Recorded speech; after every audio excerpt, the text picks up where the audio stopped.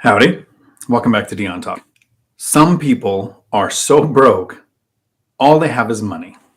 If you've seen the quote before, you're probably curious why I didn't say some people are so poor, all they have is money, which is the quote from Bob Marley, and somebody else gets credit for it too.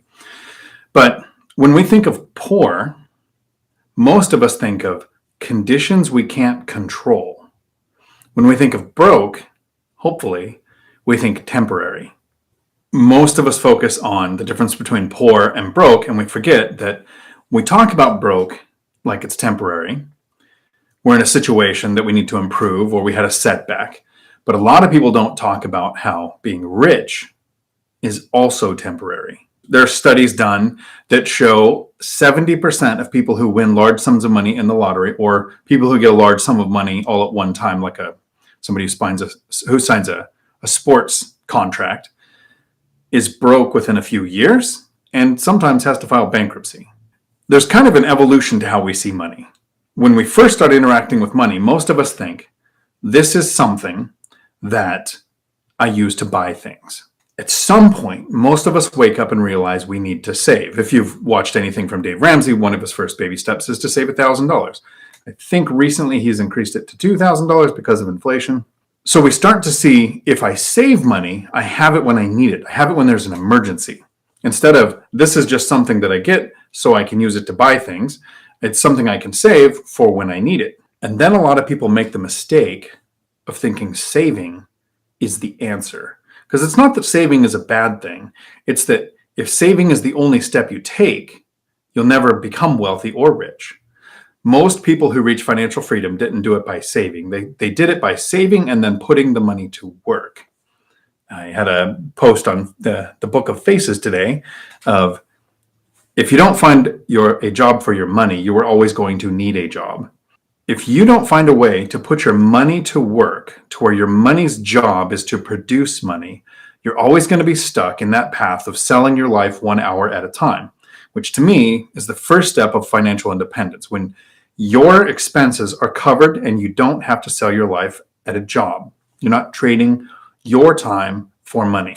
When we talk about saving, a lot of people focus on a savings rate. Save 10% for retirement. Jaspreet Singh talks about the 50, 30, 20 rule, where 50% of your money you spend on life, 30% you save to invest, 20% you save.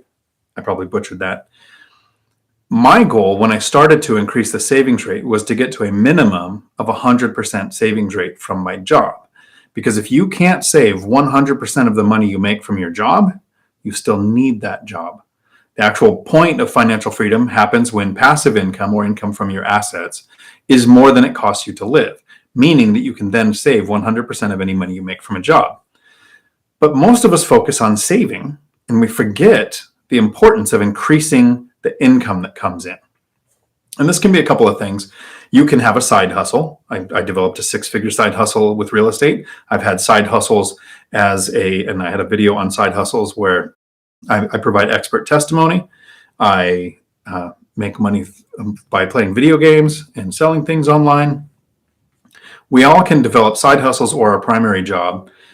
And when it comes to investing, the more money you make, the more you can invest. So a lot of people talk about compound interest, and for that they think time. But you can compound your interest by compounding the amount that you're investing. If you have money, that income snowball kicks in, coming in from a job, coming in from assets, coming in from side hustles. It's a lot easier to save and a lot easier to invest. A lot of people my age associate longevity at a job as a good thing. My parents' generation and maybe their parents' generation existed in a time when a lot of companies offered pensions. In the last few decades, pensions have kind of gone away. Most companies don't offer them. We switched over to the 401k or contribution style of retirement account.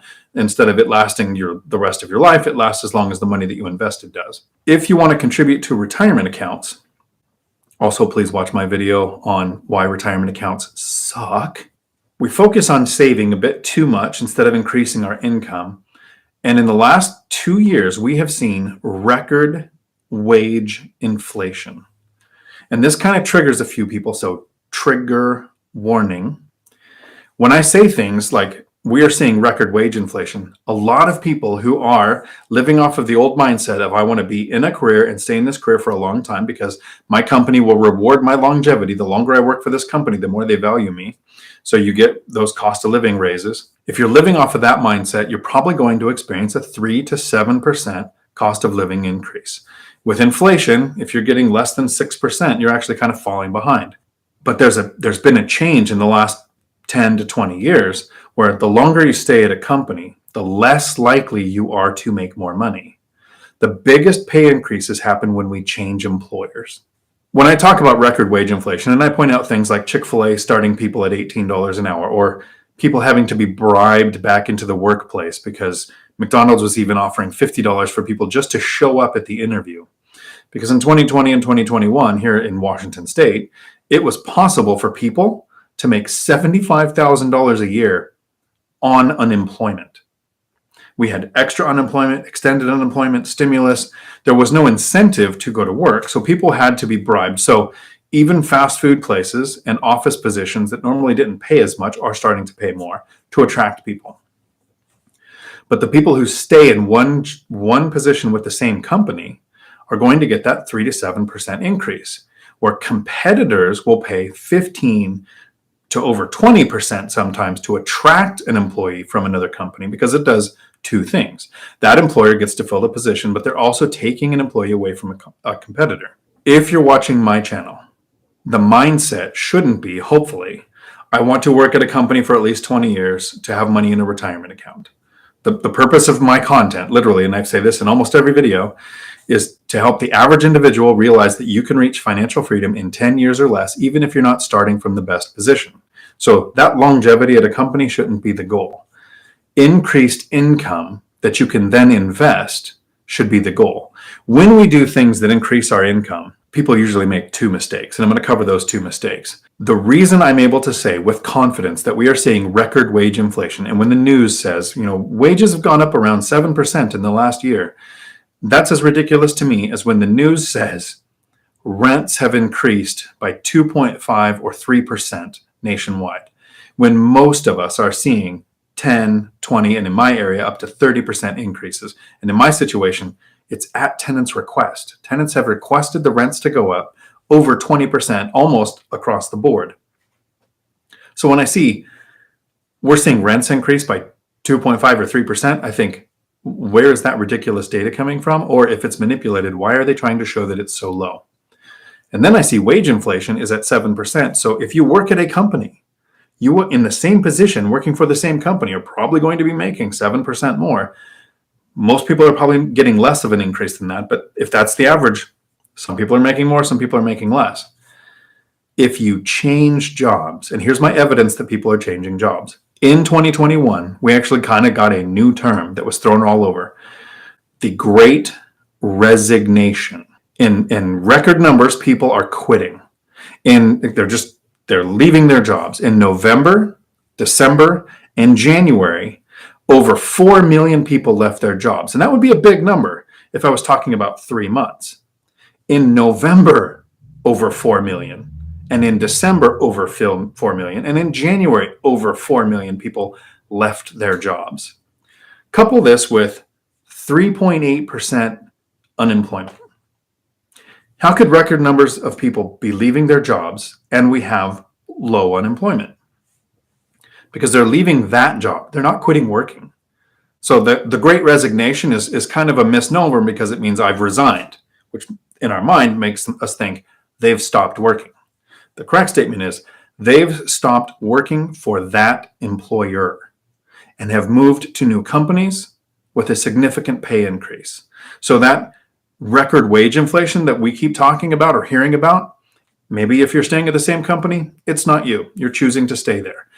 If people changed companies, they can get a 10, 15, a 20% pay increase. That's where the wage inflation is coming. So now let me talk about the two things that people make mistakes with.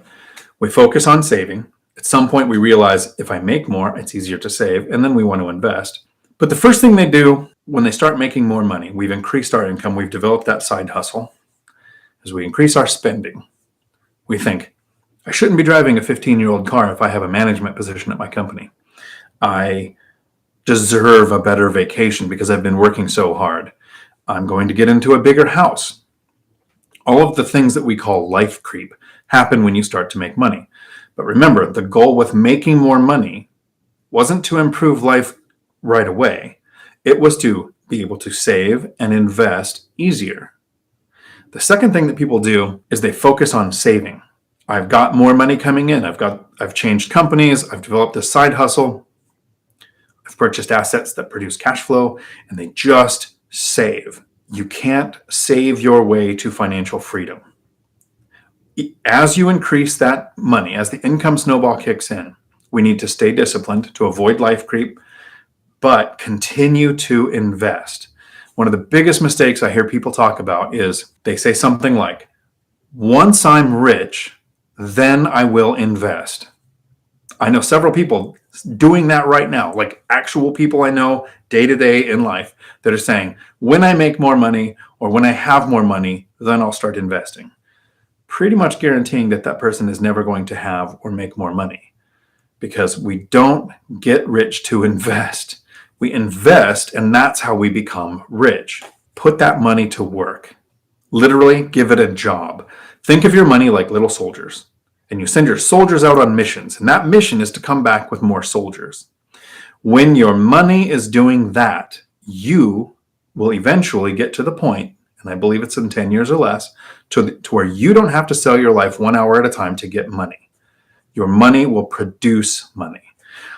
I have about 200 videos. I should probably check. I have about 200 videos on my channel where I talk about the methods that I used to reach financial freedom, where I saved money, I earned more money, I put that money to work so that I don't have to work. Since 2018, so a little over 4 years now, I haven't had to work. Actually, I probably couldn't put it into words, especially in an unedited video. The amount of mental peace that comes from knowing I work because I love my job and not that I work because I need the money. There's a very confusing concept that I want to try to put into a video, and I don't know that I ever will, because I like the videos to be very clear and concise and convey at least 3 actionable items. But at some point, we learn to save, we save to invest, we work to make more money so we can save and invest more. But at some point, when we reach financial freedom, we don't need to work, and we don't need to save, and we don't need to invest. What changes in our life when we stop working, if we want to, and we stop saving because the money's coming in and it's growing because rents go up and mortgages don't, and we stop saving to invest? How hard is it going to be to mentally shift into spending mode? I hope you enjoyed this clip from one of my long live streams. I do my live streams every Tuesday afternoon at 4 p.m. Pacific, and they last as long as the questions do. You can find the entire video here. Until my next video, thanks for coming to my Dion Talk. We're sorry, the number you have dialed is not in service at this time.